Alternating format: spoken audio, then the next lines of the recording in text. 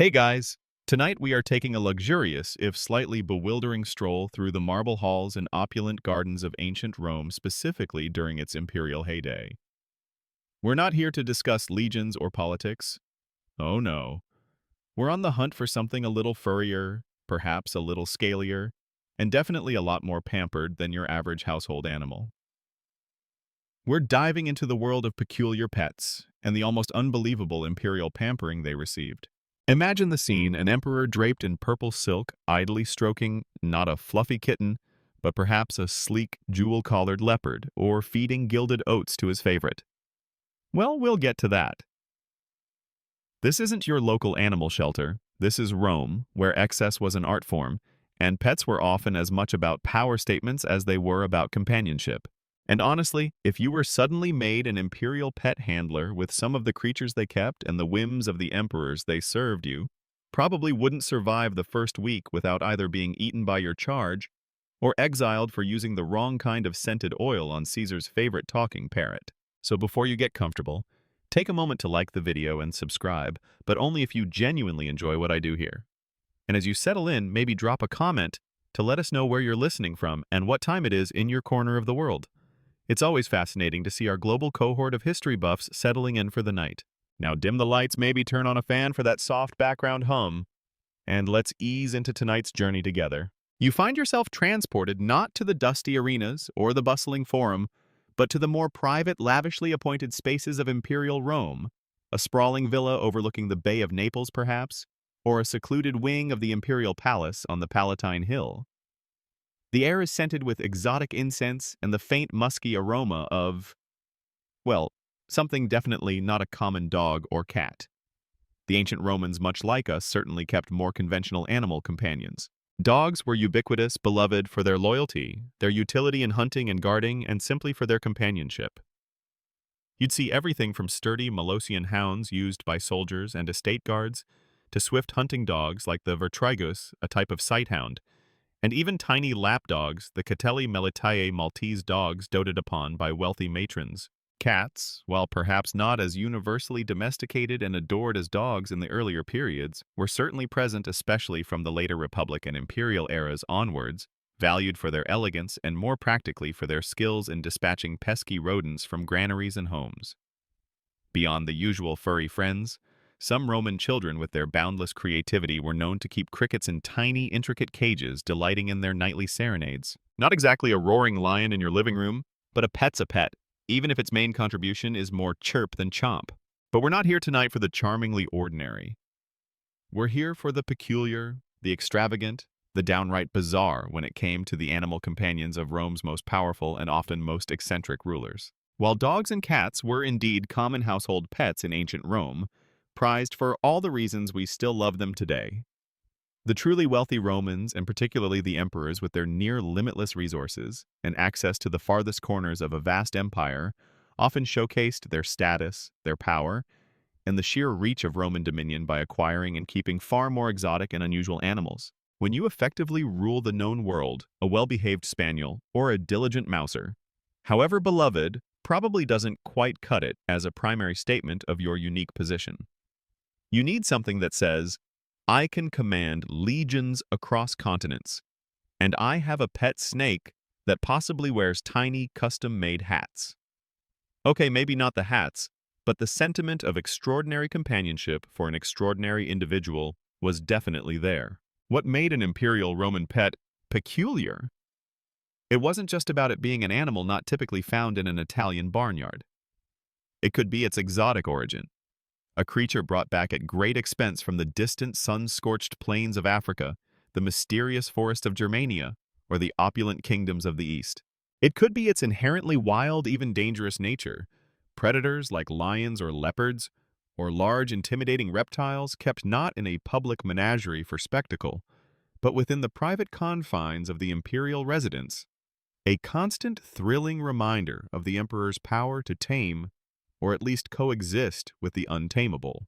And perhaps most fascinatingly for our sleepy exploration, it was often the sheer, almost unbelievable level of pampering and indulgence bestowed upon these creatures, an extravagance that could make even the most doting modern pet owner blush. Historians still debate whether the Roman elite's fascination with owning these exotic and sometimes dangerous animals was primarily a conspicuous display of wealth and power, a genuine, if somewhat eccentric interest in the natural world and its diverse wonders, or perhaps a reflection of a deeper psychological need to control, domesticate, and possess the wild and foreign aspects of their vast and often turbulent empire. It was likely a complex cocktail of all these motivations mixed with a healthy dose of personal whim and the perennial human desire for novelty and companionship, however unconventional. So prepare to enter a world where horses might have marble stables and jewel-encrusted collars, where prized fish were mourned like family members, and where the growl of a lion might just be a friendly greeting from Caesar's slightly oversized house cat.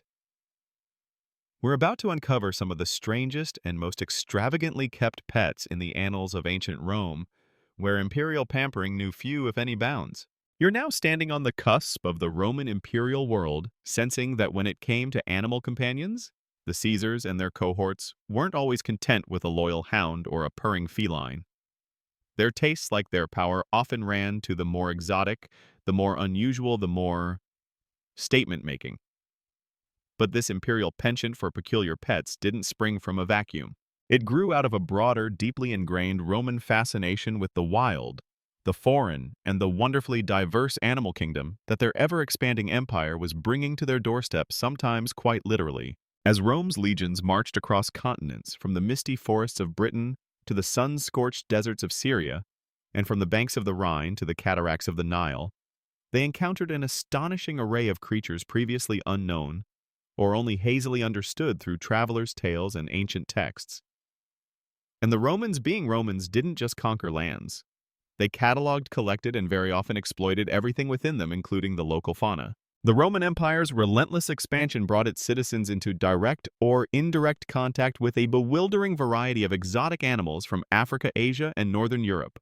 Lions from Numidia, tigers from Parthia or India, elephants from Africa, and the East crocodiles from the Nile, bears from Caledonia and the Germanic forests, ostriches, parrots, monkeys, strange serpents. The list goes on. The world for the Romans was becoming a vast living menagerie. This influx of exotic beasts fueled the Roman imagination and their appetite for spectacle. The most visible and certainly most brutal manifestation of this was in the public games, the ludi. Grand venaciones, or wild animal hunts, were staged in arenas like the Colosseum, where thousands of imported creatures, lions, tigers, leopards, bears, elephants, rhinos, hippos, and more, were pitted against each other or against specially trained human hunters called bestiarii. These bloody spectacles were a display of Rome's power over nature and its dominion over distant lands. The sheer logistics of capturing, transporting, often over vast distances by sea and land, and housing these animals until their brief, violent appearance in the arena was a monumental undertaking in itself. The shipping and handling fees on a slightly annoyed Numidian lion must have been astronomical, not to mention the hazard pay for the delivery guys who had to get him from the docks to the Colosseum's understage holding pens. Triumphal processions celebrating a victorious general's return also frequently featured parades of exotic animals captured from conquered territories, a living display of the empire's reach and might. Imagine a Roman citizen lining the Via Sacra, watching not just ranks of legionaries and wagons laden with spoils, but also lumbering elephants, snarling caged lions, perhaps a bewildered giraffe, or a strutting flock of African cranes, all contributing to the overwhelming sensory experience of Roman power. But the Roman fascination with these creatures wasn't solely confined to slaughter in the arena or display in a triumph. For the wealthy and powerful, including, as we shall see, the emperors themselves, these exotic animals also became coveted status symbols, living ornaments for their sprawling villas and private parks. Establishing a vivarium or private menagerie stocked with rare and beautiful beasts from the farthest corners of the empire was a conspicuous way to demonstrate one's wealth, worldliness, and connections. You weren't just rich, you were, I have 3 pet leopards and a talking parrot from India rich.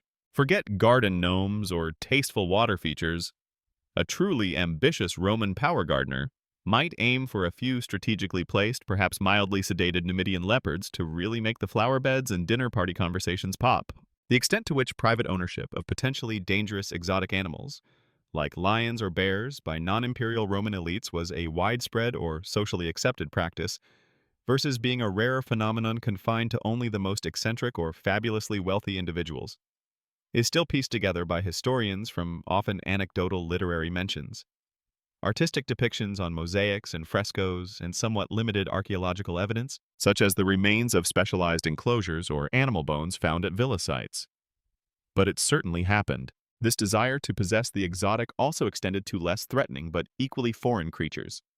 Brightly colored parrots that could be taught to speak Latin or Greek were highly prized.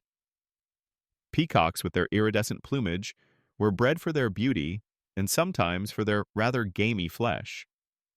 Monkeys and apes imported from Africa and Asia were kept for entertainment, their mischievous antics a source of amusement, though probably also considerable frustration for their owners. There are even tales perhaps exaggerated by satirists but hinting at a certain truth of Roman gourmands developing a taste for the utterly bizarre when it came to dining with dishes made from flamingo tongues, or the brains of talking parrots making an appearance at the most decadent feasts. One sincerely hopes the particularly eloquent parrots were spared this culinary fate, at least until they repeated something truly compromising about their owner to the wrong dinner guest. So the stage was set. The Roman world was awash with exotic creatures, a constant reminder of the empire's vastness. There was an established culture of displaying these animals both publicly and privately as symbols of power and wealth. And there was a general fascination, a mixture of awe, fear, and curiosity, directed towards these living wonders from distant mysterious lands. It's against this backdrop of general Roman enthusiasm for all creatures, great, small, and decidedly non-native, that the emperors would take the concept of pet keeping to a whole new, often very peculiar, and always incredibly pampered level. You're now thoroughly immersed in that ancient Roman mindset, a world where the growl of a captive lion in the Colosseum was the soundtrack of imperial power, and where the arrival of a strange exotic beast from a far-flung province was cause for public marvel and private covetousness. This general fascination with and access to the animal kingdom's more unusual representatives laid the perfect groundwork for the Roman emperors themselves to elevate pet keeping from a simple domestic pleasure to an often extravagant, sometimes bizarre, and always very imperial statement. The early emperors, the ones who first consolidated that immense power, began to explore the possibilities that came with being able to acquire quite literally any creature they fancied. Let's begin with the very first Roman Emperor Augustus, who ruled from 27 BCE to 14 CE. Now, Augustus was a master of public relations, carefully cultivating an image of traditional Roman virtue moderation and a restoration of the Republic's noble ideals, even as he effectively dismantled them. So you wouldn't necessarily expect him to be parading around with a diamond-collared crocodile on a leash. His style was more one of dignified gravitas. However, this doesn't mean he was immune to the Roman appreciation for animals both common and curious. Early Roman emperors like Augustus, while perhaps not known for the extreme pet eccentricities that would characterize some of their wilder successors, certainly did keep various animals in their extensive private estates and palaces, and they occasionally received exotic beasts as diplomatic gifts from foreign rulers eager to curry favor. Suetonius, that wonderfully gossipy biographer of the Caesars, tells us that Augustus was fond of certain types of small, engaging dogs, and that he also took an interest in animals that were unusual or could perform tricks. He reportedly had a raven that was taught to utter the salute, "Hail Caesar, victorious emperor," which must have been quite the conversation starter at imperial breakfast. One can only imagine the intensive training regime that poor bird went through. Probably got more respect and better snacks than some of the junior senators for its efforts. He was also said to have acquired a parrot that could deliver a similar greeting. These weren't exactly peculiar pets in the wild beast sense, but they do show an imperial interest in animals that offered novelty and amusement, and that could in their own small way reflect the emperor's glory. Following Augustus came Tiberius, an altogether more gloomy and reclusive character, especially in his later years when he retreated to his infamous Villa Jovis on the island of Capri. While Tiberius wasn't known for grand public displays of animal menageries, Suetonius again provides a rather intimate and slightly melancholic anecdote about one of his more unusual companions. He reports that Tiberius had a pet water snake, or perhaps some other kind of large serpent that he used to feed from his own imperial hand. This suggests a certain quiet, if unconventional, affection. The story goes that on returning to Capri after an absence, Tiberius went to feed his slithery friend, only to find it had been devoured by an army of ants. He was apparently quite dismayed by this and took it as a particularly bad omen. It's a rather specific and surprisingly sad little image of this otherwise grim and often cruel emperor. A moment of vulnerability over a lost, if rather unorthodox, pet. A tough break for the snake, certainly, and probably a very, very bad day for those particular ants if Tiberius was in one of his famously unforgiving moods. Imperial pest control, one imagines, could be exceptionally brutal. The precise nature of an early Roman emperor's personal attachment to the various animals kept within the imperial household. Whether these creatures were primarily regarded as symbols of state power and dominion components, of a private menagerie intended for display and curiosity objects of detached scientific or pseudoscientific interest, or genuine companions in the emotional sense that we might understand today, is often hard to distinguish clearly in the historical accounts. These accounts, penned by writers like Suetonius Tacitus or Pliny, tend to focus more on public actions, political implications, or notable eccentricities that served to illustrate an emperor's character, rather than providing a detailed day-to-day pet owner's diary. Is that lion pacing in a gilded cage in the imperial gardens your beloved companion Caesar? Or is it just a very expensive, slightly bitey, and highly symbolic way of saying, my empire stretches all the way to Africa and can provide me with apex predators on demand? The lines could be wonderfully blurry. What these early imperial habits did, however, was establish a precedent. The emperor, by virtue of his unparalleled wealth and the vast reach of Roman power, could possess almost any animal imaginable. If Augustus was presented with an elephant from India, or Tiberius took a fancy to a particular talking bird captured in Egypt, these creatures would become part of the imperial household cared for by imperial slaves and staff-living symbols of the emperor's global reach. This laid the groundwork for later emperors perhaps less concerned with projecting an image of Augustan sobriety to indulge their animal whims on a far grander and more overtly peculiar scale. The seeds of extravagance were sown watered by absolute power, and the endless influx of exotic wonders from an ever-expanding empire. The stage was being set for emperors who wouldn't just have a talking raven, but might, as we shall see, consider appointing their horse to high political office. You're now accustomed to the idea that the early Roman emperors, men like Augustus and Tiberius, while perhaps not averse to a talking raven or a hand-fed serpent, generally maintained a certain imperial decorum when it came to their animal companions. Their pets, however unusual, often served subtle symbolic purposes, or were kept with a degree of private, if eccentric, affection. But as the imperial purple passed to new and sometimes significantly less stable hands, the potential for truly outlandish displays of pet pampering began to gallop quite literally into the realm of legend. And no emperor exemplifies this escalation into the wonderfully bizarre, quite like Gaius Julius Caesar Germanicus, better known to history by his childhood nickname, Caligula.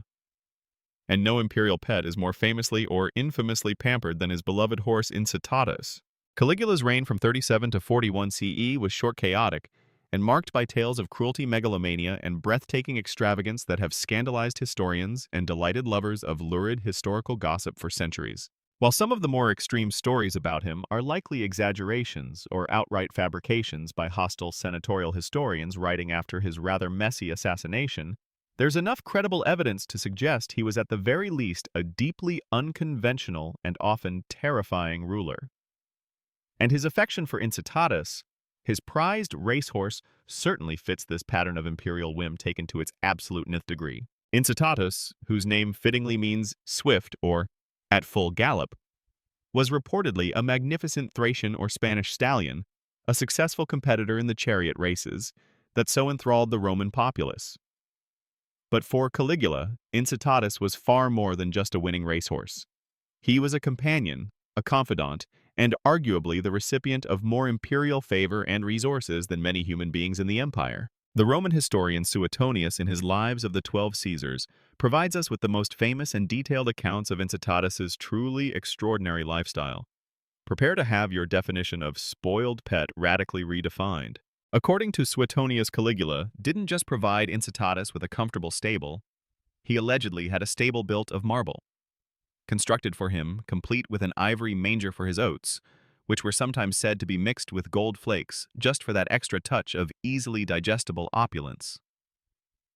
The horse was draped not in common horse blankets, but in blankets of imperial purple, the color reserved for the emperor himself, a startling visual statement of his elevated status. Around his neck, Incitatus supposedly wore a collar studded with precious jewels. He even had his own dedicated household of slaves and attendants whose sole purpose was to cater to his every equine whim. These attendants probably had a better benefits package, and certainly less risk of sudden imperial displeasure than many of the actual human staff fluttering nervously around the palace. But the pampering didn't stop at luxurious accommodation and high-end accessories. It's said that on nights before Incitatus was due to race in the Circus Maximus Caligula, would become incredibly anxious about his champion's rest. He would reportedly station units of his Praetorian Guard around the neighborhood of Incitatus's stable to enforce absolute silence, ensuring that no errant noise, no barking dog, no noisy revelers, no inconsiderate neighbor practicing the tuba could possibly disturb the precious steed's slumber. Imagine trying to explain to your late-night dinner guests why they suddenly have to communicate in frantic whispers and tiptoe around the villa. Shh, please. The Emperor's horse is having a vital pre-race nap, and he's a very light and apparently very politically ambitious sleeper. The well-being of Incitatus was clearly a matter of state security. Suetonius also claims that Caligula would frequently invite Incitatus to dine with him, or rather he would invite human guests to dine in Incitatus's name, with the horse presumably present in some capacity, perhaps munching on his gilded oats from a golden bucket, while the terrified senators tried to make polite small talk. One imagines these were rather tense dinner parties, with everyone acutely aware that the guest of honor might suddenly decide to redecorate the triclinium with a well-aimed kick. And then, of course, there's the most legendary and most debated aspect of Incitatus's career, Caligula's alleged intention to appoint his beloved horse as a consul, one of the two highest elected political offices in Rome. This is the detail that has cemented Caligula's reputation for madness in the popular imagination. Could an emperor, however eccentric, truly intend to make his horse a chief magistrate of the Roman state?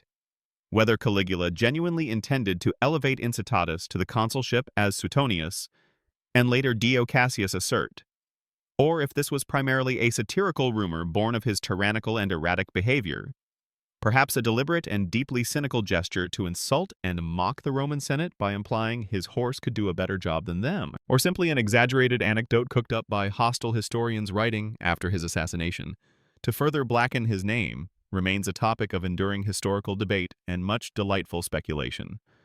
If it was a serious plan, Incitatus's policy on hay subsidies would have been revolutionary, no doubt, and his speeches to the Senate, though perhaps limited in vocabulary, would have certainly been memorable. While Incitatus is the standout example, it's less clear if Caligula had a wide range of other peculiar pets in the same vein. He certainly had access to wild beasts for the arena games he staged, and Suetonius mentions his cruelty towards both animals and humans in those contexts. But Incitatus seems to have occupied a unique position, a true imperial favorite who transcended the category of mere animal to become a symbol of Caligula's absolute and often terrifyingly capricious power. The story of Incitatus serves as perhaps the ultimate, if unsettling, example of peculiar pets and imperial pampering in ancient Rome, a horse who lived a life of unimaginable luxury and very nearly trotted his way into the highest echelons of Roman government. You've just mentally processed the rather staggering tale of Incitatus Caligula's consul candidate racehorse, a creature whose marble stable and jeweled collar set a new, almost surreal benchmark for imperial pet pampering. It's a tough act to follow in the annals of peculiar animal companions. But if any Roman emperor was equipped both in temperament and in resources to at least attempt to match such extravagance, it was surely the infamous Nero Claudius Caesar Augustus Germanicus, who ruled from 54 to 68 CE. Nero, renowned for his artistic pretensions, his monumental self-indulgence, and a reign that famously and perhaps literally went down in flames, created an imperial playground so vast and opulent that it could have housed a veritable Noah's Ark of peculiar and outrageously pampered pets. So let's take a peek into his legendary Domus Aurea, the Golden House, and imagine the gilded cages within. After the Great Fire of Rome in 64 CE, which conveniently cleared a vast swath of the city center, Nero seized the opportunity to construct a palace complex of unprecedented scale and magnificence. The Domus Aurea wasn't just a house. It was an entire artificial landscape sprawling over parts of the Palatine Esquiline and Caelian hills. Ancient historians like Suetonius and Tacitus describe it in almost breathless terms. Emperor Nero's vast palace complex, the Domus Aurea, reportedly included extensive grounds featuring triple porticos, a mile long, an enormous artificial lake where the Colosseum would later stand, vineyards, pastures, woodlands, and significantly, for our sleepy exploration areas where various wild and tame animals were kept. It was less a palace and more a private imperial theme park dedicated to the glory and pleasure of Nero. Imagine yourself wandering through these incredible grounds. There were said to be dining rooms with ceilings of fretted ivory, from which flowers and perfumes could be sprinkled down upon guests. One principal round dining room supposedly revolved perpetually day and night in time with the heavens. A truly Bond villain level of architectural flair. Walls were gilded, adorned with precious stones and mother-of-pearl. Bathhouses were supplied with both seawater and sulfur water.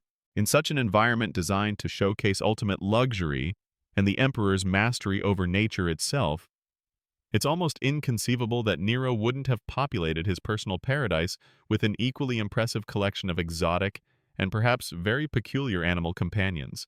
The setting practically demanded it.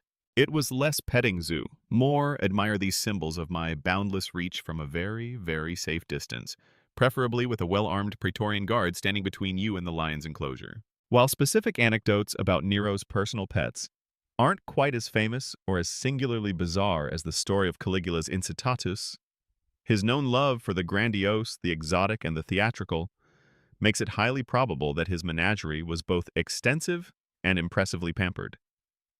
Suetonius does mention that Nero possessed a beloved tigress named Phoebe with whom he would supposedly play. One imagines that playtime with an imperial tigress involved a very specific and probably rather nerve-wracking set of rules for any human participants, most of which probably boiled down to let Phoebe win always and try not to make any sudden movements that resemble a fleeing antelope. The very idea of an emperor casually frolicking with a tigress, however tame she might have seemed, speaks volumes about the imperial desire to display dominion over even the fiercest aspects of nature. Within the Domus Aurea's extensive parks and enclosures, you might have found prides of lions and leopards, standard symbols of imperial power and exoticism, perhaps lounging in specially constructed grottos or prowling behind gilded bars. Herds of graceful antelopes or deer from distant lands might have roamed his artificial woodlands, serving as living, breathing landscape ornaments. Given his artistic leanings, Nero would surely have appreciated the aesthetic appeal of such creatures. Exotic birds, too, would have filled the Golden House with color and sound. Talking parrots from Africa and India, highly prized for their ability to mimic human speech. Perhaps even Nero's own poetry, which might have been a worse fate for the parrots than being eaten depending on the quality of the verse, would have chattered from ornate cages. Flocks of peacocks, their iridescent tails spread in shimmering display, would have strutted through the colonnades. Nightingales and other songbirds might have filled the evenings with their melodies.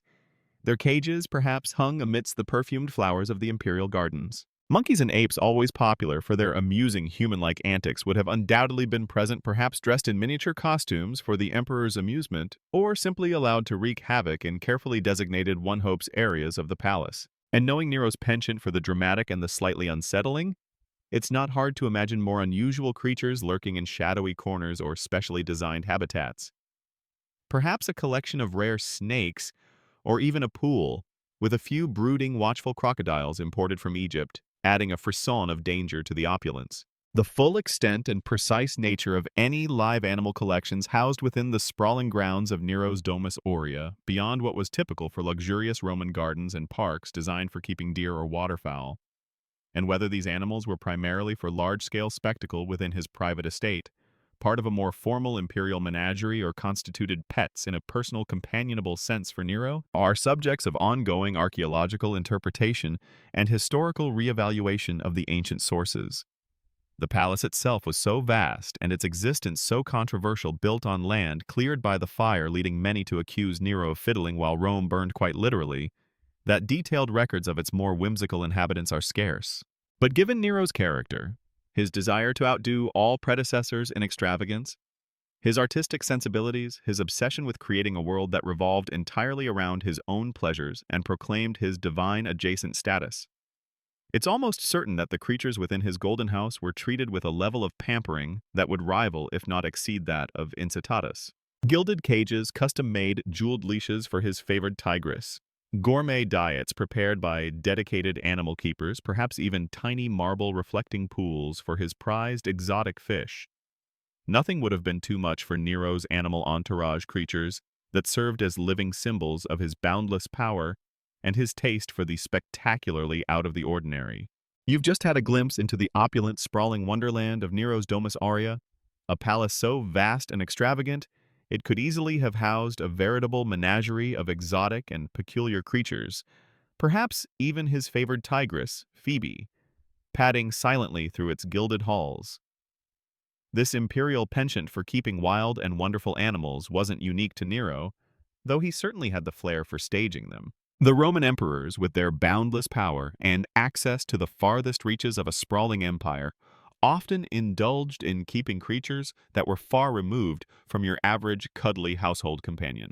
And one of the most striking examples of this was their occasional habit of keeping big cats, lions, leopards, cheetahs, panthers, not just for the brutal spectacles of the arena, but sometimes within the very heart of their palaces, living symbols of their dominion, often in startling proximity to the most delicate and pampered of lapdogs. Imagine yourself stepping into an imperial reception hall, the floors gleaming with intricate mosaics, the air heavy with incense. And there, lounging on a cool marble slab, or perhaps by the emperor's very throne, is a lion. Not a statue, but a living, breathing king of beasts, its golden eyes watching you with a mixture of regal indifference and primal alertness. This wasn't an everyday occurrence for every emperor, of course, but historical accounts confirm that several Roman rulers, including figures like Augustus, who reportedly had a tame crocodile, which is impressive in its own right. And later the Emperor Caracalla kept such formidable creatures in relatively close quarters. Caracalla, who ruled in the early 3rd century CE, was said to be particularly fond of lions. He even had a favored lion named Asinicis that, according to some rather wide-eyed ancient sources, was allowed to eat at his table and even sleep in his imperial bedchamber. One hopes Asinicis wasn't prone to snoring like a freight train or hogging all the purple silk blankets. The allure of keeping such powerful predators as pets is multifaceted. Firstly, it was an undeniable and incredibly potent symbol of the emperor's power. To seemingly tame and control a creature that represented wildness and ferocity was a very visible demonstration of his mastery over nature and, by extension, over the often wild and ferocious elements within his empire. If Caesar can make a lion lie down like a lamb, or at least not eat the important senators during meetings, then surely he can command legions and keep rebellious provinces in check. "Please pass the figs," a nervous guest might whisper at an imperial dinner party. "And try not to make prolonged eye contact with Fluffy the Ferocious over there. He's a bit sensitive about his mane today, and the emperor says he gets cranky if his roasted pheasant isn't served quite rare enough." The taming of these creatures was, of course, a relative term.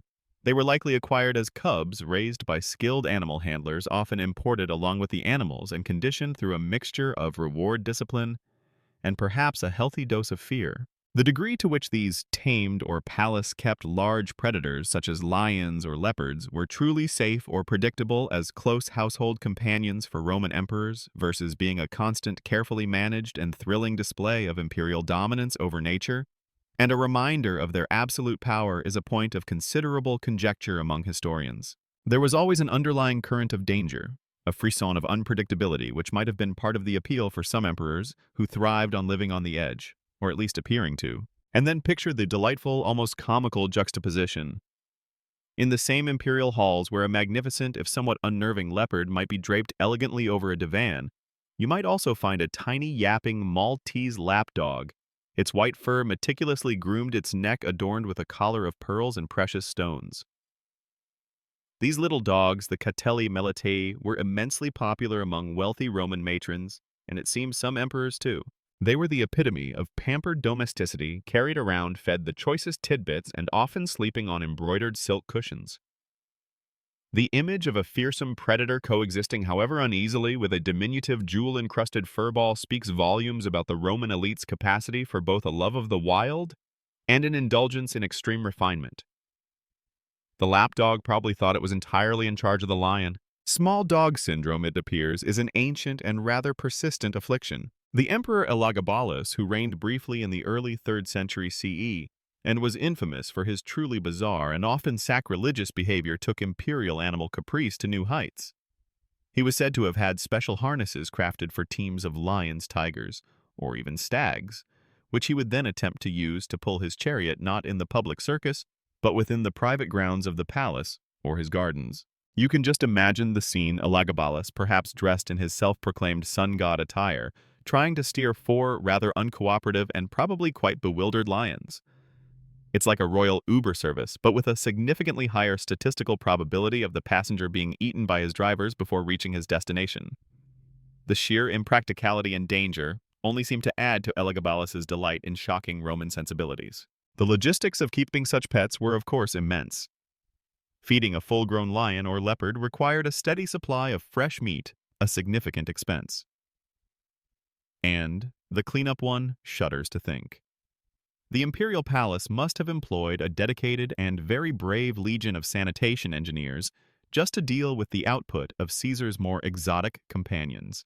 It was all part of the performance, the constant living demonstration that the emperor's wealth and power knew no bounds, extending even to the taming of the wild and the casual keeping of creatures that could, with a flick of a paw, remind everyone of the primal forces that lurked just beneath the veneer of Roman civilization. You've just navigated the rather thrilling, if slightly unnerving, domestic arrangements of Roman emperors, who might share their gilded halls with lounging lions or jewel-collared lapdogs. A startling juxtaposition of the ferociously wild and the exquisitely tamed. This demonstrated a certain imperial command over the four-legged world. But the Roman elite's fascination with exotic animal companions didn't stop at ground level. Their gaze and their desire for peculiar pets also turned upwards to the vibrant, chattering, and often stunningly beautiful creatures of the avian world. Feathered friends from the farthest reaches of the empire and beyond added another layer of opulence, amusement, and living artistry to the imperial palaces and luxurious villas. Imagine yourself strolling through the meticulously manicured gardens of an emperor's estate. The air is fragrant with blooming roses and jasmine. The murmur of fountains a gentle counterpoint to the distant sounds of the city. And then you hear it. A flash of emerald green, a raucous squawk, followed by a surprisingly clear "Of Caesar," or perhaps a slightly risque phrase picked up from a nearby barracks. Parrots imported at great expense from distant lands like India and equatorial Africa were highly prized luxury pets in ancient Rome. Wealthy Romans, and naturally the emperors with their boundless resources, adored these intelligent birds for their dazzling exotic plumage, and most especially for their uncanny ability to mimic human speech. These weren't just any parrots. Specific types like the Alexandrian parakeet or the rose-ringed parakeet were particularly sought after. Teaching them to speak Latin or Greek phrases was a fashionable and impressive hobby. An emperor returning to his private chambers might be greeted not just by bowing slaves, but by a parrot screeching a loyal if heavily accented salutation. The imperial parrot probably knew more state secrets than half the Senate and was almost certainly far more entertaining at the more tedious imperial dinner parties. The training of these birds was a specialized skill requiring patience and a good ear, and a well-trained talking parrot could fetch an exorbitant price, sometimes more than a skilled human slave. Some particularly doting Roman owners were even said to feed their prized talking birds tiny morsels of wine-soaked bread or even carefully diluted honey wine, believing it would make their voices sweeter or their pronouncements more profound.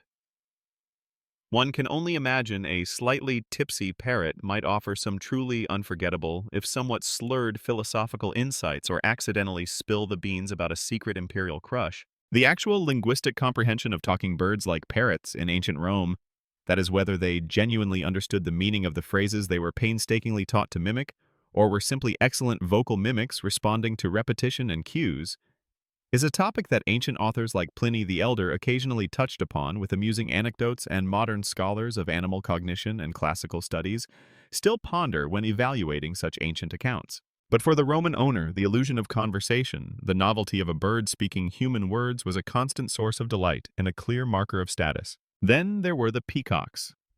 Oh, the peacocks. With their iridescent blue-green necks and those magnificent eye-spotted trains that shimmered with all the colors of a rainbow. These birds, originally from India, were the ultimate living garden ornaments. They would strut with regal disdain across manicured lawns and mosaic courtyards, symbols of wealth, luxury, and even immortality, as their flesh was believed to be incorruptible, though this didn't always save them from the banquet table. Peacocks were particularly associated with Juno, the queen of the gods, and keeping them was seen as a nod to divine majesty. They probably had their own tiny gilded mirrors, strategically placed around the imperial gardens, so they could admire themselves. Is my train looking sufficiently imperial and Juno-esque today? Jeeves. One might imagine a particularly vain peacock thinking if peacocks had butlers named Jeeves. While their raucous calls might not have been as melodious as other songbirds, their sheer visual splendor made them indispensable features of any self-respecting imperial or aristocratic garden. They were living jewels, parading their beauty for all to see, a constant, shimmering reminder of their owner's ability to acquire and maintain such exotic and costly creatures. And for those who preferred auditory beauty over visual spectacle, there were the nightingales and other prized songbirds. These delicate creatures, known for their complex and beautiful songs, would be kept in ornate cages, perhaps made of ivory silver or intricately worked bronze. Their melodies would fill the villas and gardens, providing a natural, ever-changing soundtrack to Roman elite life, the ancient equivalent of a very exclusive high-fidelity sound system, but with more birdseed involved. Pliny the Elder even writes of nightingales being trained to deliver specific long and complex songs, and of the incredible prices paid for particularly talented avian vocalists. Beyond these stars of the avian pet world, other exotic birds found their way into Roman aviaries and gardens. Flamingos, with their elegant pink plumage, might wade in specially constructed shallow ponds, though as with peacocks, their beauty sometimes made them a target for the more adventurous Roman chefs. Pheasants from the Black Sea region, guinea fowl from Africa. These were perhaps more utilitarian, valued for their eggs and meat, but their striking appearances could also make them ornamental additions to a large estate's collection of fauna. Even common doves and pigeons, if they were of a particularly pure white breed or had unusual features, could be prized. The care and housing of these feathered treasures were of course commensurate with their value. Elaborate aviaries, sometimes vast netted enclosures built into gardens, allowed birds to fly freely in a semi-natural environment. Individual cages for talking parrots or prized songbirds would be works of art themselves. Dedicated slaves would be assigned to feed them special diets, fruits, nuts, seeds, insects, and perhaps those wine-soaked tidbits, to keep their plumage bright and their voices clear. For the emperors and the Roman elite, these birds were more than just pets. They were a vibrant, audible, and often very talkable testament to their wealth, their worldliness, and their ability to command the beautiful and the exotic from every corner of their vast domain. You've just been serenaded by the phantom chatter of imperial parrots and dazzled by the spectral shimmer of peacocks strutting through ancient Roman gardens. The feathered denizens of the emperor's collections certainly added a splash of exotic color and sound. But the Roman fascination with peculiar animal companions didn't just take flight. It also slithered, crept, and occasionally snapped its formidable jaws. We're now venturing into the rather more unsettling and distinctly less fluffy world of reptilian pets in the imperial household, where snakes might be revered house guests and crocodiles could be the ultimate status symbols, cruising in private palace pools. Snakes in Roman society held a rather complex and ambivalent position. On one hand, there was the natural human apprehension, even fear of creatures that could deliver a venomous fatal bite. Yet on the other hand, snakes were deeply embedded in Roman religious and folk beliefs, often with positive, even sacred connotations. The god of healing Asclepius to the Romans was famously associated with a serpent entwined around his staff, a symbol still used in medicine today. These Asclepian snakes, large, non-venomous, and rather handsome creatures, were often kept in his temples and were believed to have healing properties. It was not uncommon for these relatively harmless snakes to also be tolerated or even encouraged in Roman homes and farmsteads, as they were excellent controllers of rats and mice. They were also associated with the genius loci, the guardian spirit of a place, and often depicted in household shrines or lararia as benevolent protectors. So that large non-venomous serpent you might see curled up contentedly by the hearth in a Roman villa wasn't just an extremely effective, if somewhat alarming, draft excluder. It was your live-in, scale-clad lucky charm, hopefully one that didn't shed its skin directly into the soup tureen too often. Given this cultural backdrop, it's not entirely surprising that some Romans, including emperors, might take a more personal interest in keeping snakes. Remember Tiberius and his hand-fed water snake on Capri, whose demise at the mandibles of ants so distressed him?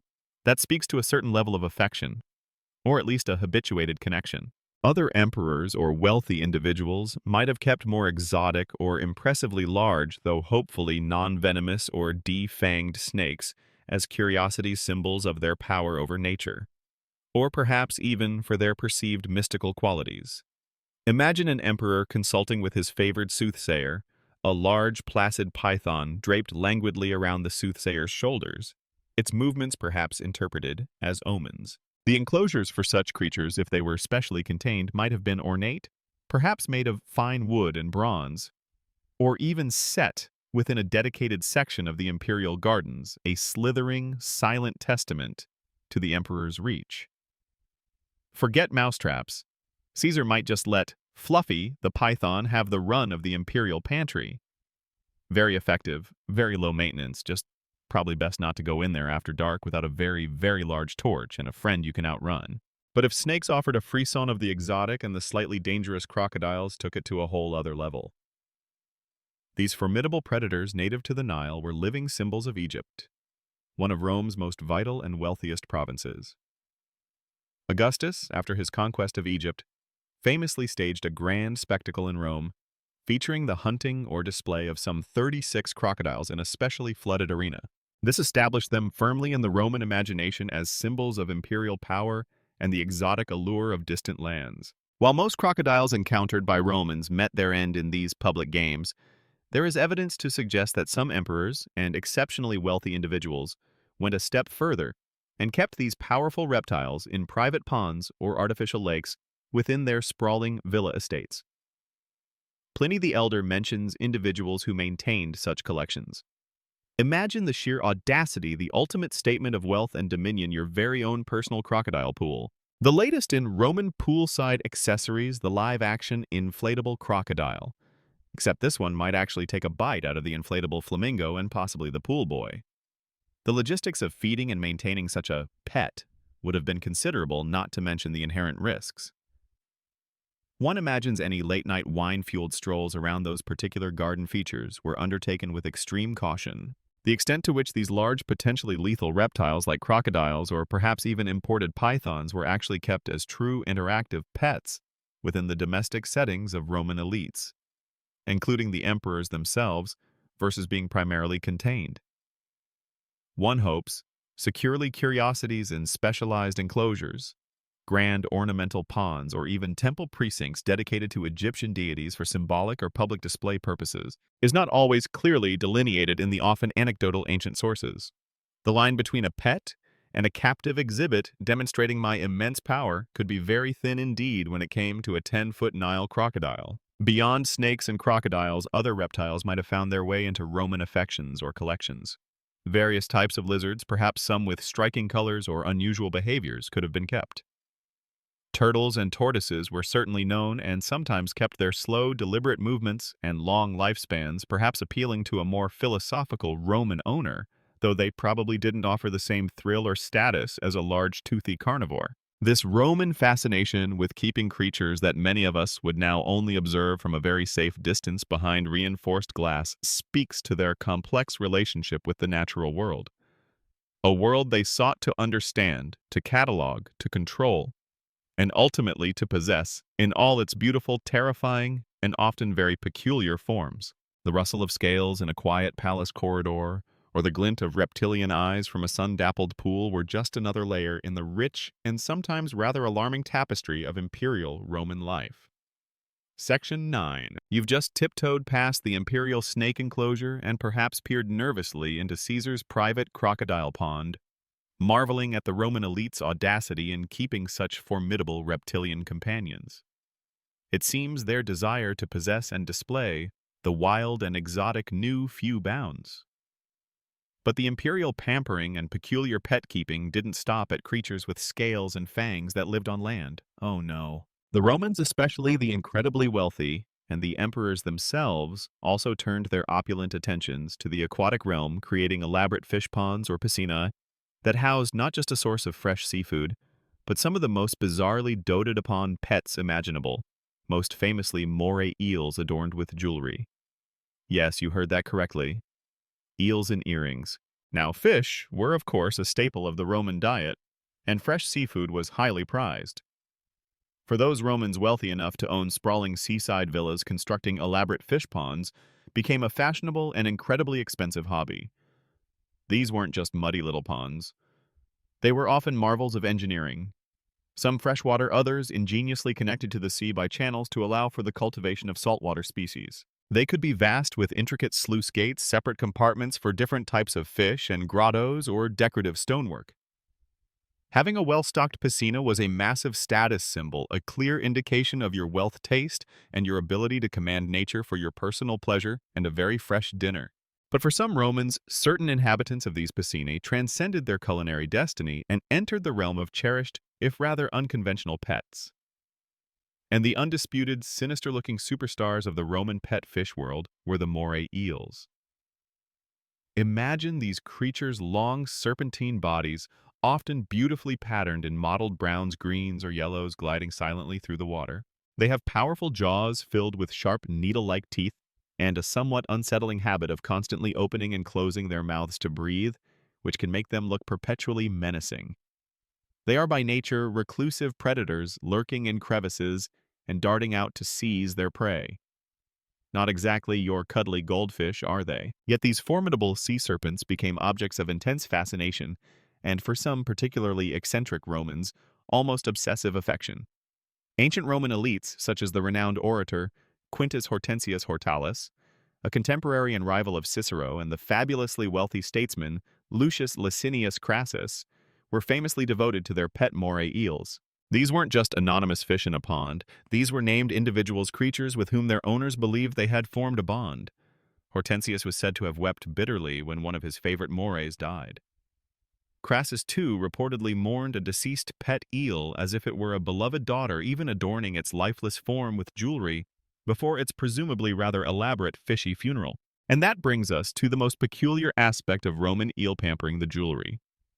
Several ancient writers, including Pliny the Elder and Macrobius, recount often with a tone of mild disbelief or satirical censure that some wealthy Romans would adorn their favorite moray eels with earrings, or even delicate necklaces made of gold silver, or set with precious stones.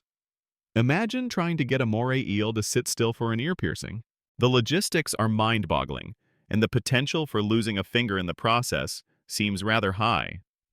What do you even get a bejeweled eel for its birthday? More earrings, presumably, or perhaps a particularly shiny fish hook it can admire. Whether these accounts of eels and earrings were literal unvarnished truth, an exaggerated satirical trope used by writers to critique the extreme luxury and perceived effeminate or decadent behavior of certain aristocrats, or perhaps even a misunderstanding of something like reflective tags used for identification, or to catch the light and make the eels more visible in their murky ponds, is still debated by classicists examining the literary and archaeological evidence. But the stories persisted, painting a picture of Romans so devoted to their slippery pets that they lavished upon them the kind of adornments usually reserved for high-status humans.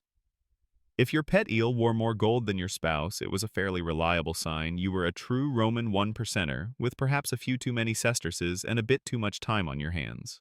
These prized morays were often hand-fed by their owners, who would call them by name.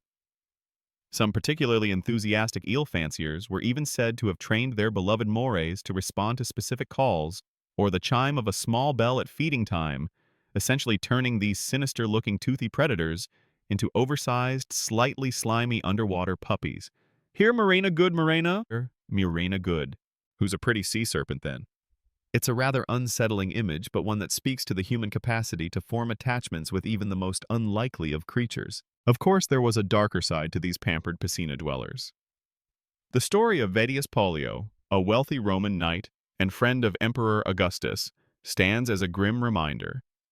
Pliny the Elder and Seneca both recount an incident where Pollio, enraged that a slave had accidentally broken a valuable crystal goblet at a banquet attended by Augustus, ordered the unfortunate slave to be thrown into his moray eel pond to be devoured. Augustus, horrified by this cruelty, and perhaps by the bad PR, intervened. Had the slave freed, ordered all of Pollio's precious crystal cups to be smashed in front of him, and then, for good measure, had Pollio's infamous eel ponds filled in.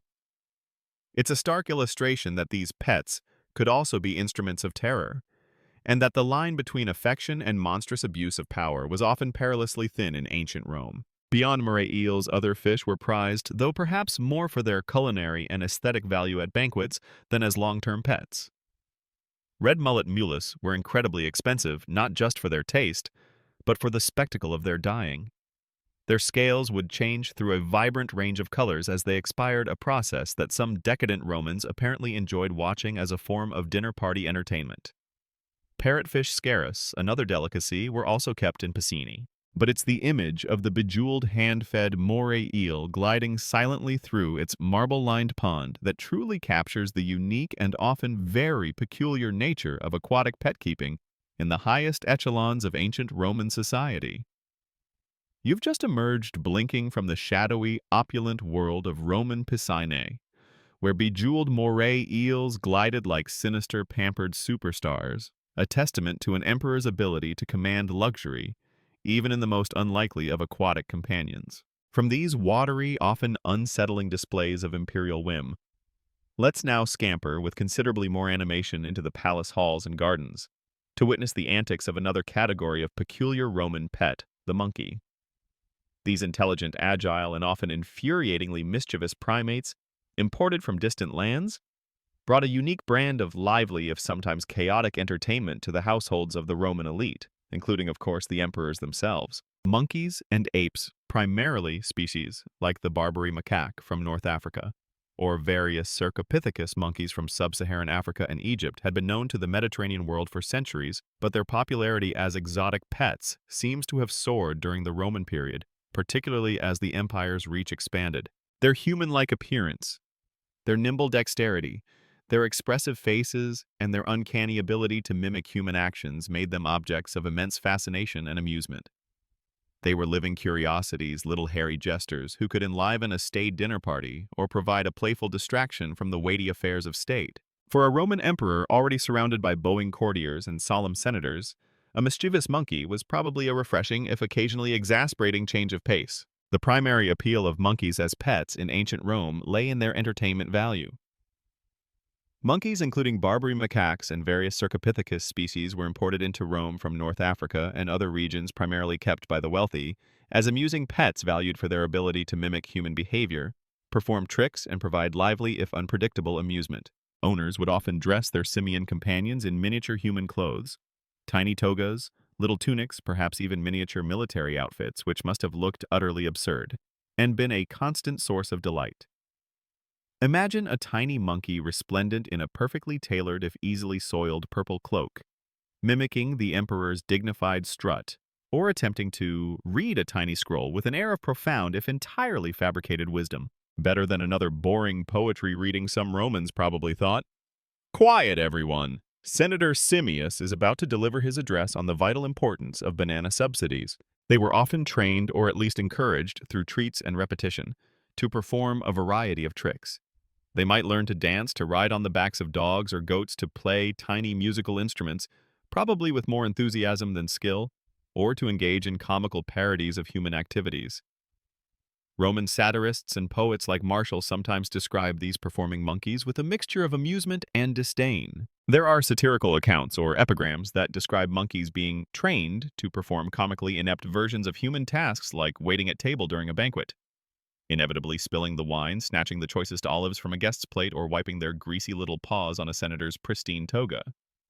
It was like live-action slapstick primate edition, and no doubt led to some very memorable, if not always dignified dinner parties. You'd have to be very careful to lock up your best fruit, your shiniest trinkets, and possibly your expensive wig if Caesar's pet monkey was feeling particularly energetic and light-fingered that evening. The emperors, with their unparalleled resources, could naturally afford the most exotic, the most talented, or perhaps simply the most outrageously mischievous monkeys available. You can picture these nimble creatures having the run of certain parts of the imperial palace, leaping from marble statues to silken draperies, chattering insolently at dignitaries, and generally causing a delightful, if sometimes costly, level of imperial mayhem. While specific detailed accounts of individual emperors' pet monkeys are perhaps less dramatic than the tales of Incitatus or Phoebe the tigress, their presence as amusing high-status companions is well attested in art and literature. They were undoubtedly pampered.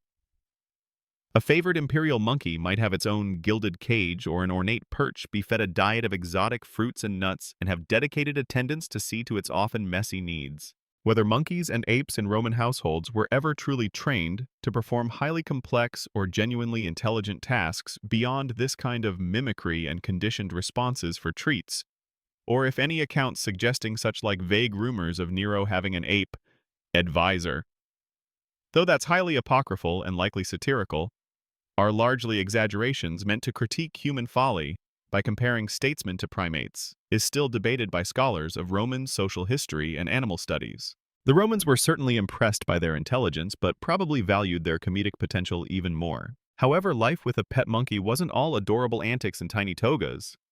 These were still wild animals, however tame they might appear. They could be unpredictable, prone to biting or scratching if startled or annoyed, and their natural inclination for mischief meant they could be incredibly destructive. Imagine the chaos if a troop of imperial monkeys got loose in a room filled with priceless Greek vases or important state documents. There would be some very flustered palace officials, and probably some very creative excuses made to the emperor. The Roman attitude towards their simian pets was likely a complex mixture of affection for their playful spirit, amusement at their human-like ways, and a certain level of exasperation at their incorrigible troublemaking. They were a living symbol of the exotic, a testament to the empire's reach, and a source of constant, unpredictable entertainment. In the often stiff and formal world of the imperial court, a mischievous monkey chattering from a curtain rod or boldly attempting to filch a grape from Caesar's own plate might have been a welcome, if occasionally infuriating, spark of untamed life. You've just dodged the imaginary flung fruit and narrowly avoided tripping over a tiny toga-clad monkey in the imperial palace, experiencing the rather more boisterous side of Roman peculiar pet-keeping. The emperors clearly enjoyed a bit of simian-induced chaos to liven up their day. But now let's step out from the sometimes frenzied interior halls and into the more tranquil, artfully designed imperial gardens and parks. Here, amidst carefully sculpted landscapes, bubbling fountains, and shaded porticos, another category of exotic animal graced the Roman elite's domain. Graceful, often timid, herbivorous creatures kept not so much for zany antics or fearsome display, but as living, breathing ornaments, elegant additions to a carefully curated natural paradise. Roman imperial villas and the grand aristocratic estates, such as the famed gardens of Sallust or Lucullus, or indeed the sprawling grounds of Nero's Domus Aurea, often featured extensive, meticulously landscaped gardens or horti, and sometimes even larger enclosed game parks known as vivaria. These weren't just flower beds and vegetable patches. They were often attempts to create idealized miniature worlds, Arcadian landscapes where their owners could stroll, philosophize, and impress their guests with their taste and control over nature. And what better way to enhance this idyllic scenery than by populating it with beautiful, exotic animals, particularly elegant herbivores from distant corners of the empire. Imagine yourself wandering these serene pathways. You might see various species of deer, perhaps the native roe or red deer, but also more exotic varieties like fallow deer, with their spotted coats imported to add a touch of novelty. Gazelles and antelopes brought from the plains of Africa or the arid landscapes of Asia would have been particularly prized for their slender grace and speed. Picture a small herd of them, dappled sunlight filtering through the leaves of carefully planted cypress and laurel trees, peacefully grazing on a manicured lawn or drinking from a marble-edged pool. It's less wild kingdom and more very, very carefully curated nature diorama with occasional graceful pooping. Wild goats with impressive curving horns like the ibex from mountainous regions, or perhaps even mouflon, the wild sheep considered an ancestor of domestic sheep, might have been kept on artificial rocky outcrops designed to mimic their natural habitat. These creatures, while perhaps not as overtly peculiar as a lion in the living room or an eel wearing earrings, were still a significant statement of wealth and the ability to procure and maintain animals from far-off lands. They added a touch of the picturesque, a living, breathing element to the landscape artistry that wealthy Romans so admired. The care for these garden grazers, while perhaps not involving the same level of intense individual pampering as a favored lapdog or a talking parrot, was still considerable. They would have been provided with fodder protected from natural predators within the confines of their walled parks at least, and their health monitored by the estate staff. The very act of creating and maintaining such a park, ensuring the animals thrived in a carefully constructed natural environment, was a form of large-scale pampering. It's said that some extremely wealthy Romans even had miniature, perfectly manicured mountains or forests, constructed within their vast gardens, complete with tiny, perhaps even silver-collared deer that were trained, or at least strongly encouraged with strategically placed supplies of their favorite browse, to pose elegantly and look picturesque whenever the master of the house brought important guests for a contemplative stroll. Very high-maintenance four-legged garden gnomes, essentially. Whether these seemingly tame exotic herbivores displayed in Roman imperial gardens were truly domesticated to the point of being safe for close, unsupervised human interaction, or if they were primarily wildish display animals that maintained a degree of natural caution and were best admired from a slight, respectful distance within their carefully managed enclosures, is not always clearly delineated in the sources, and likely varied greatly depending on the species and the individual circumstances of their upbringing. An antelope raised from a fawn by hand might be more approachable than one captured as an adult. The imperial antelopes probably had a pretty good life, all things considered, as long as they remembered to look picturesque at all times, and didn't accidentally develop a taste for Caesar's prize-winning imported roses. Their primary role was aesthetic, to enhance the beauty and tranquility of the gardens, to evoke a sense of peaceful, bountiful nature under the emperor's benign control. They were living embodiments of the Pax Romana, the Roman peace, extending even to the animal kingdom within the emperor's own domain. However, it's important to remember that the line between ornamental pet and potential game could be quite thin in the Roman world. These vivaria sometimes also served as private hunting grounds for the emperor and his favored guests. A carefully managed deer park could provide the thrill of the chase in a controlled, luxurious setting far removed from the dangers and discomforts of a real wilderness hunt. So the beautiful gazelle you admired peacefully nibbling leaves one afternoon might on another find itself the unfortunate object of an imperial arrow. It adds a slightly less serene layer to our image of these idyllic garden scenes. Nevertheless, the presence of these graceful creatures wandering through meticulously designed landscapes contributed to the overall atmosphere of opulence, peace, however constructed, and the emperor's perceived mastery over the far-flung territories from which these animals came.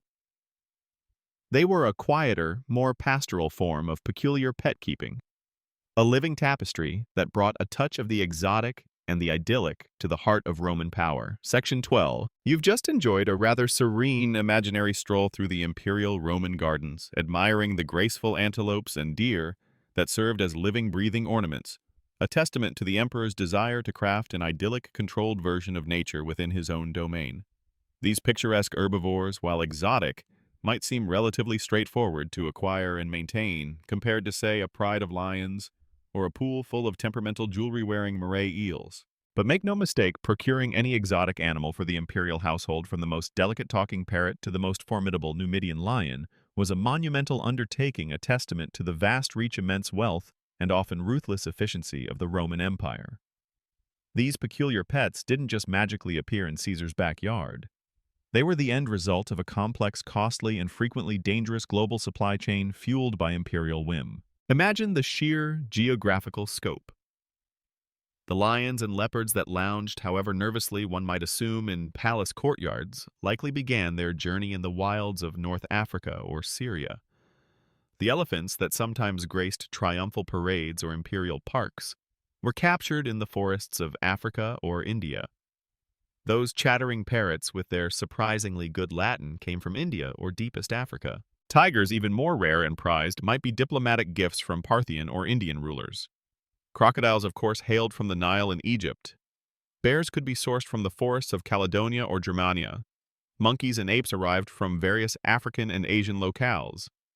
Each creature represented a distant land, a tangible piece of the empire's vast tapestry, or a connection to even more remote exotic kingdoms beyond its borders. The Roman state and wealthy individuals, particularly during the imperial period, invested enormous sums in the capture, transportation, and maintenance of these exotic animals from across the known world, with specialized networks of hunters, traders, and shippers facilitating this lucrative and logistically challenging trade. The process of procurement began with capture, often a brutal and perilous business. The Romans didn't typically breed these wild animals in captivity on a large scale, at least not the more dangerous or difficult ones. They relied on capturing them from their native habitats. This task often fell to specialized local hunters and trappers in the provinces who might be conscripted, paid, or coerced into providing a steady supply of beasts for the Roman market, whether that market was the ravenous maw of the Colosseum or the more refined but equally demanding imperial menagerie.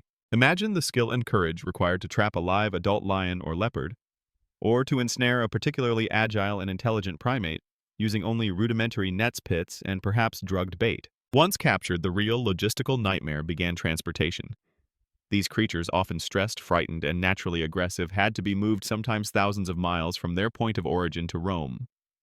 This involved specially constructed reinforced cages, long overland journeys by cart or porter, and then perilous sea voyages in the holds of ships. There are accounts of Roman ships being specifically designed or modified with these strong cages below deck for transporting large, dangerous animals. One can only imagine the horrors of such a journey for the animals themselves. The confinement, the rolling of the ship, the unfamiliar sounds and smells, the inadequate food and water. The mortality rate for animals during transit was undoubtedly appallingly high. The seasickness of a caged tiger on a storm-tossed Mediterranean galley was probably not a pretty sight nor a particularly fragrant experience for anyone else on board. And you can just picture the shipping manifest for one of these consignments. Item number 37, one slightly grumpy and uncooperative rhinoceros. Handle with extreme prejudice a very large net and possibly a written apology to the ship's carpenter for the damage to hold sea. Sometimes animals arrived not through direct capture ordered by Romans, but as diplomatic gifts. Rulers of client kingdoms or neighboring empires eager to curry favor with the emperor or to secure advantageous treaties would send lavish presents, and these often included rare and spectacular beasts. A gift of a perfectly matched pair of white Bactrian camels or a uniquely patterned cheetah would have been a highly valued diplomatic offering. And the cost. For the emperor, of course, cost was often no object, or rather, the immense expense was part of the display. Procuring a rare tiger from India, or ensuring a steady supply of fresh meat for a pride of palace lions, or building and maintaining those elaborate piscini for jewel-wearing eels, these were all demonstrations of almost limitless wealth and the ability to command resources from every corner of the globe. The rarer the animal, the more difficult it was to obtain, the higher its value as a status symbol. The precise economic impact of this imperial and elite Roman demand for live exotic animals on the provincial ecosystems and local human populations from which these creatures were sourced, for instance, the potential depletion of certain species like the North African elephant or Barbary lion in their native regions, is difficult to fully quantify from ancient records, but is an area of increasing scholarly interest and concern in environmental history. Once these exotic treasures finally arrived in Rome, often, after months of arduous travel, the expense and effort continued. They needed specialized housing, those gilded cages, secure enclosures, heated pools, or vast parklands. They required specific diets, which could be costly and complicated to procure, especially for animals with particular needs. And they needed a dedicated staff of keepers, trainers, guards, and perhaps even rudimentary veterinary attendants to look after them. The imperial budget meeting for pet food must have been a sight to behold. Right then, this month's projected expenditure for gilded oats for Incitatus, the horse, fresh gazelles for Phoebe, the tigress, and wine-soaked figs for the talking parrots. It appears we might need to conquer another small prosperous country just to cover it all, Caesar. It was in essence an entire industry dedicated to fulfilling the imperial whim for peculiar pampered pets, a constant testament to the spoils of a global empire. You've just been mentally tallying the colossal expense and logistical acrobatics involved in sourcing and maintaining the Roman emperor's menagerie of peculiar pets, from the seasick tigers on transport ships to the budget-busting grocery bills for gilded oats and live gazelles. It was undeniably a display of immense wealth and global reach. But what happened when these incredibly valuable, sometimes even genuinely beloved animal companions fell ill? Or when inevitably they shuffled off their mortal coil or slithered or flapped? Did the imperial pampering extend to veterinary care and even beyond, into the realm of elaborate mourning and grand final resting places? Oh, you bet it often did. The Romans, for all their enthusiasm for bloody arena spectacles, did possess a developing understanding of veterinary medicine, known as medicina veterinaria. This field was primarily focused on animals of economic and military importance: horses for the cavalry and chariot racing cattle for agriculture, and food sheep for wool and meat. Texts from agricultural writers like Columella in the 1st century CE and later Vegetius in the 4th or 5th century CE, with his Mula Medicina, a treatise on diseases of horses and mules, detail various ailments, treatments, herbal remedies, and even minor surgical procedures for these working animals. So there was a body of knowledge to draw upon when an animal fell sick. Now, the extent to which this specialized veterinary care beyond general animal husbandry knowledge passed down by experienced keepers was consistently available and applied to the wide and often very delicate range of exotic imperial pets, as opposed to those more common and economically vital livestock or military animals, is not always clearly detailed in surviving texts and remains a subject of inference for historians of Roman medicine. However, it stands to reason that if an emperor's prize-winning racehorse like Incitatus developed a cough, or if his beloved jewel-collared lapdog seemed off its imported figs, the best animal healers in the empire would be summoned with considerable urgency. The pressure to keep an imperial favorite alive and well would have been immense. If Caesar's prize-winning talking parrot suddenly lost its voice and couldn't deliver its usual witty salutations, you didn't just suggest more crackers and perhaps a nice cuttlefish bone. Your career and possibly your continued existence in a non-exiled state might well depend on a swift and miraculous recovery. Dedicated slaves or skilled freedmen, often with years of experience handling specific types of animals, would have been assigned as keepers and primary caregivers. They would have been intimately familiar with their charge's habits and quick to notice any signs of illness. They might have employed traditional herbal remedies, some based on sound observation, others perhaps more on superstition. For an exotic creature from a distant land, they might even try to replicate some aspect of its native diet or environment, hoping to restore its health. If an emperor's pet leopard from deepest Africa developed a tummy ache, you can imagine the frantic imperial decree: find the freshest, most organic gazelle milk in the entire empire, and someone fetch the imperial poultice maker stat. And make sure the poultice has those rare herbs from Mauritania that are said to soothe feline indigestion. Beyond these more rational or at least well-intentioned attempts at healing in a world where divine forces were seen to intervene in all aspects of life, prayers and offerings to relevant gods would undoubtedly have been made for a sick imperial pet. Perhaps offerings to Fabris, the goddess of fever, if the animal was feverish, or to Salus, the goddess of health and well-being, or maybe even to a deity associated with the animal's land of origin, a sort of interspecies diplomatic appeal to their native divine protectors. Amulets or protective charms might have been hung around the animal's neck or placed in its enclosure, little tokens of hope against illness and misfortune. But even with the best care imperial wealth could buy, animals like humans eventually die. And when a particularly beloved or valuable pet passed away, the Roman capacity for elaborate mourning and memorialization often came to the fore. Wealthy Romans in general Not just emperors sometimes commissioned touching funerary inscriptions or epitaphs for their departed animal companions, especially dogs. These inscriptions carved on small tombstones often express genuine grief and deep affection, praising the dog's loyalty, playfulness, or hunting prowess. You might find lines like, "To Helena foster child soul without compare and deserving of praise," or "For a hunting dog. Though now silent in this marble tomb, I was once famed for my bark." It's incredibly poignant and shows a depth of human-animal connection that feels very modern. And the burials themselves could be surprisingly elaborate.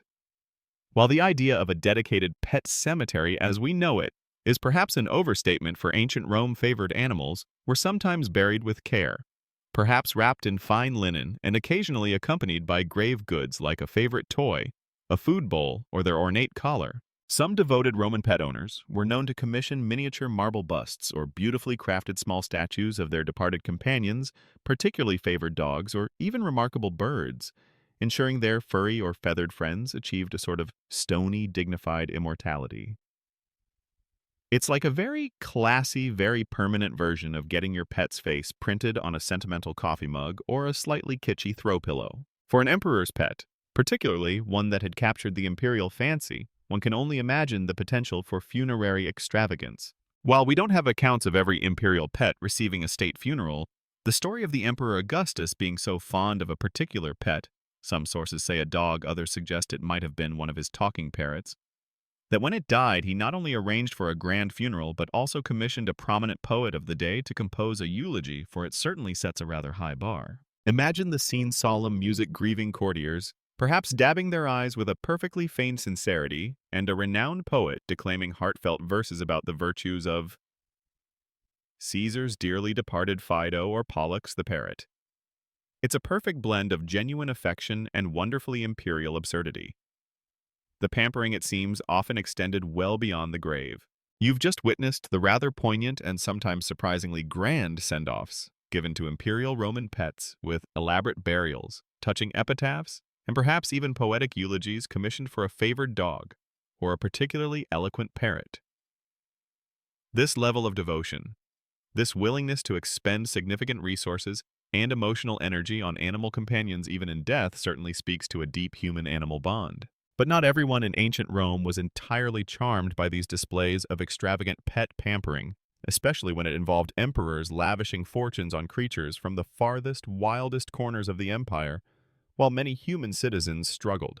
As with any era of conspicuous consumption, ancient Rome had its own share of sharp-tongued critics, moralizing philosophers, and satirical poets who were more than ready to raise an eyebrow or a quill at what they saw as cruel excess, misplaced affection, and a worrying sign of societal decadence. So as you're picturing Caesar mourning his bejeweled moray eel, you also need to imagine the voices of dissent, the murmurs of disapproval from those who championed more traditional Roman virtues like simplicity, practicality, and a clear distinction between the human and animal realms. Figures like Seneca the Younger, the Stoic philosopher and advisor, for a time to Emperor Nero, often wrote scathingly about the rampant luxury and moral decay he perceived around him.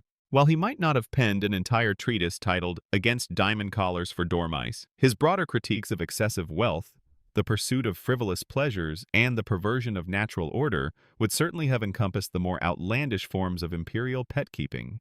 For a Stoic, true contentment came from virtue and reason, not from owning a talking parrot that could recite Virgil, however impressive that might be at dinner parties. Seneca probably needed a very long, very stoic walk after hearing about Caligula's plans for Incitatus's consulship, and then likely wrote a very pointed if carefully veiled essay on the proper use of oaths and political office. Pliny the Elder. Our invaluable source for so much information about the Roman world, and a man clearly fascinated by animals himself, also frequently decried what he saw as unnatural extravagance. While he dutifully recorded instances of peculiar pets and their pampering, his tone often carried an undercurrent of disapproval, particularly when such practices involved extreme expense or seemed to defy nature. The idea of adorning an eel with earrings, for instance, while fascinating to record, would likely have struck him as a prime example of humanity's capacity for absurd and wasteful vanity. Then you have the satirists, masters of the biting remark and the exaggerated portrait who found rich material in the follies of their contemporaries, including their doting relationships with pets. Poets like Juvenal and Martial, writing in the late 1st and early 2nd centuries CE, cast a sardonic eye on Roman society, and the absurdities of pet ownership among the wealthy often caught their attention. Roman moralists and satirists frequently condemned what they saw as excessive luxury and the misplacement of affections with the extravagant keeping and pampering of pets, especially exotic or non-utilitarian ones, sometimes serving as a specific target for their critiques on moral or philosophical grounds. Martial, for instance, penned some genuinely touching epitaphs for beloved dogs, like the one for a lapdog named Isa, showing that he wasn't against all forms of affection for animals. But he also wrote sharp, witty epigrams mocking women who seemed to lavish more care and attention on their tiny, yapping Parian lapdogs, a prized breed from Paros, than on their own children or husbands or men who spent fortunes acquiring exotic birds, while their human dependents or impoverished friends suffered neglect. It was the hypocrisy, the disproportion, the sheer over-the-top silliness of some pet-related extravagances that provided such perfect fodder for their satirical wit. You can almost hear them at a Roman comedy club. So this senator's wife, right? Her lapdog has its own miniature litter, carried by 4 slaves. What's the deal with that? One particularly scathing, though perhaps apocryphal anecdote that probably did the rounds in gossipy Roman circles, and would have been perfect satirical material, concerned a wealthy matron who supposedly had a tiny custom-made silver litter, complete with miniature silk cushions and 4 perfectly matched and impeccably uniformed eunuch slaves, solely for the purpose of carrying her favorite yapping fluffball through the crowded city streets. The satirists must have absolutely relished such an image, a pampered pooch receiving more dignified and luxurious transport than most honest Roman citizens or even some minor consuls. These critics often drew a distinction between what they saw as good or acceptable pet keeping: a loyal hunting dog, a diligent mouse or cat, animals that served a practical purpose or offered straightforward companionship without demanding excessive resources, and the bad, extravagant, or unnatural forms of pet ownership. Keeping a lion in your garden, teaching a parrot to deliver flattering political slogans, or weeping hysterically over a dead fish that wore more jewelry than the empress. These were seen as signs of a society losing its moral compass. A society where traditional Roman virtues of gravitas, seriousness, simplicitas, simplicity, and pietas, duty, were being eroded by a tide of Eastern luxury and decadent self-indulgence. The extent to which these pointed literary critiques of luxurious pet-keeping truly reflected widespread public sentiment among ordinary Romans versus representing primarily the specific moralizing stance and intellectual concerns of the educated senatorial or equestrian elite who produced and consumed such texts is a matter of ongoing discussion for social historians of ancient Rome. The average plebeian in the Suburra probably had more pressing concerns than whether the emperor's pet monkey was eating from a golden dish.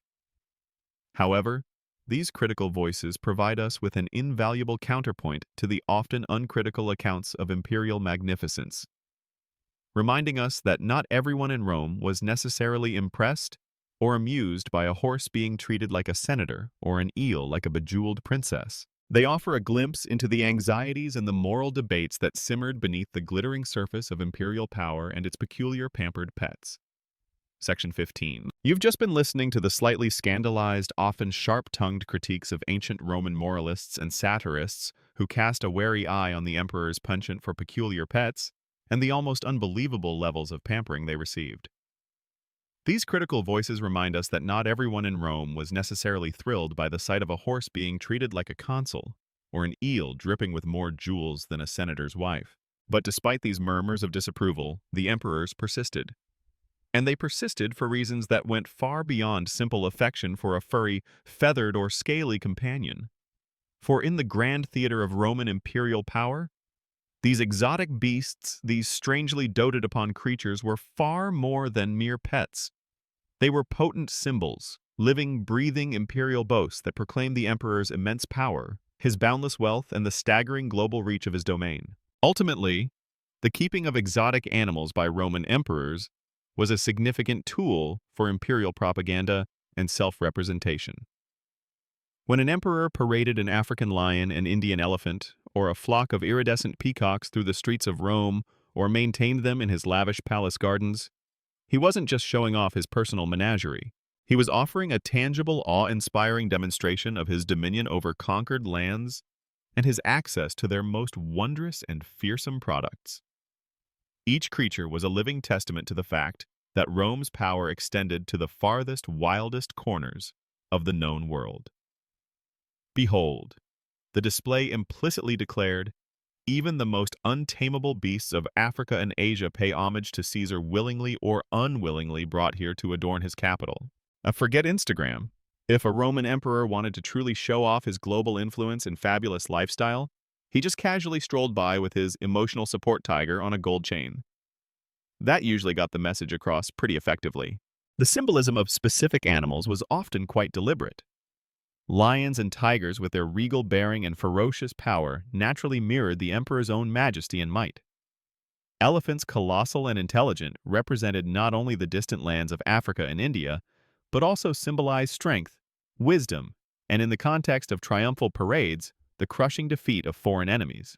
Eagles, already a potent symbol of Roman legions and Jupiter himself, if kept in an imperial aviary, would further align the emperor with divine authority and far-seeing vision. Crocodiles brought from the Nile were a constant reminder of Rome's prized possession Egypt and the emperor's control over its ancient mysterious power. Even those talking parrots beyond their amusement value could symbolize access to exotic knowledge, or the idea that all tongues, even those of birds from distant lands, were subject to Rome and could be taught to praise the emperor. In Citatus Caligula's famously pampered horse can be seen in this light too. While undoubtedly a sign of Caligula's personal eccentricity, the extreme honors bestowed upon him, the marble stable, the jeweled collar, the talk of a consulship, were also a shocking and unforgettable demonstration of Caligula's absolute, almost divine power to elevate and endow whomsoever or whatsoever he chose, trampling over Roman tradition and senatorial dignity with a casual, terrifying whim. The horse became an instrument of his autocratic display. The Imperial Gardens and Vivaria, those vast, carefully landscaped parks stocked with creatures from around the world, functioned as a kind of living, breathing microcosm of the Roman Empire itself. Strolling through such a park, a Roman citizen or a visiting foreign dignitary would encounter animals from Africa, Asia, and various parts of Europe, all coexisting, one hoped peacefully, under the emperor's overarching dominion. It was a powerful visual metaphor for the Pax Romana, the Roman peace, which in theory at least brought diverse peoples and territories together under a single, unifying rule. Another white elephant from the Parthian king, my dear Agrippina. One might imagine an emperor sighing with mock weariness. Wherever are we going to put this one? The South Lawn is already positively teeming with those ostriches admiring their reflections in the new silver bird bath. Sometimes this display of power took a more active, if highly controlled, form. There are stories of emperors staging elaborate hunts within their own vast walled palace gardens or private game reserves. Pre-captured and perhaps slightly bewildered, or even mildly sedated exotic animals like deer boar or even lions might be released for the emperor and his select high-ranking guests to heroically dispatch with specially blunted or sometimes lethally sharp spears. It was a carefully managed performance of imperial prowess and martial virtue, a sort of very exclusive, incredibly rigged live-action video game designed to reinforce the emperor's image as a conqueror and master of the wild, without any of the actual, unpleasant dangers of a real hunt in untamed territory. The precise balance between the intended symbolic messaging of an emperor's animal collections to various audiences, be it the Roman elite, the common populace watching a triumph, or impressed foreign envoys, and the emperor's genuine personal affection or simple curiosity towards these creatures, is of course a nuanced question that historians continue to explore through the lens of imperial iconography, surviving literary accounts, and the archaeological remains of palace complexes and villas. Was that lion truly a beloved companion, or primarily a furry, four-legged press release about imperial might? It was likely often a complex blend of both. The personal became political, and the political could manifest in some very peculiar personal choices. So as we leave these emperors to their often strange and always extravagantly pampered animal companions, it's clear that these weren't just pets, in the way we might keep a hamster or a goldfish. They were living extensions of imperial identity, potent tools in the complex machinery of Roman power projection, and a constant, sometimes terrifying, sometimes beautiful reminder of an empire that truly believed it held the entire world and all its creatures in the palm of its hand. And so, our sleepy journey through the marble halls and sun-drenched gardens of ancient Rome, peeking into the peculiar world of imperial pets and their often unbelievable pampering, now draws to its gentle close. The echoes of Nero's lyre, the imagined whinnies of Incitatus in his ivory manger, the rustle of a jeweled eel in its private grotto, and the distant roar of a palace lion all begin to fade into the soft quiet of the night. The emperors and their extraordinary animal companions, with all their strange affections and grand symbolic gestures, now recede into the mists of history, leaving behind tales that continue to amuse, astonish, and perhaps make us just a little bit grateful for our own somewhat less demanding furry friends. Let the opulence and the eccentricity of that ancient world dissolve into the calm and simplicity of your own peaceful surroundings. There are no more exotic beasts to catalog, no more imperial whims to decipher, only the gentle rhythm of your own breathing, lulling you further into a state of serene repose. May your dreams tonight be filled with perhaps a touch of wonder, but free from any jewel-encrusted crocodiles or politically ambitious racehorses. The grandeur of Rome now sleeps, and a deep, untroubled rest awaits you.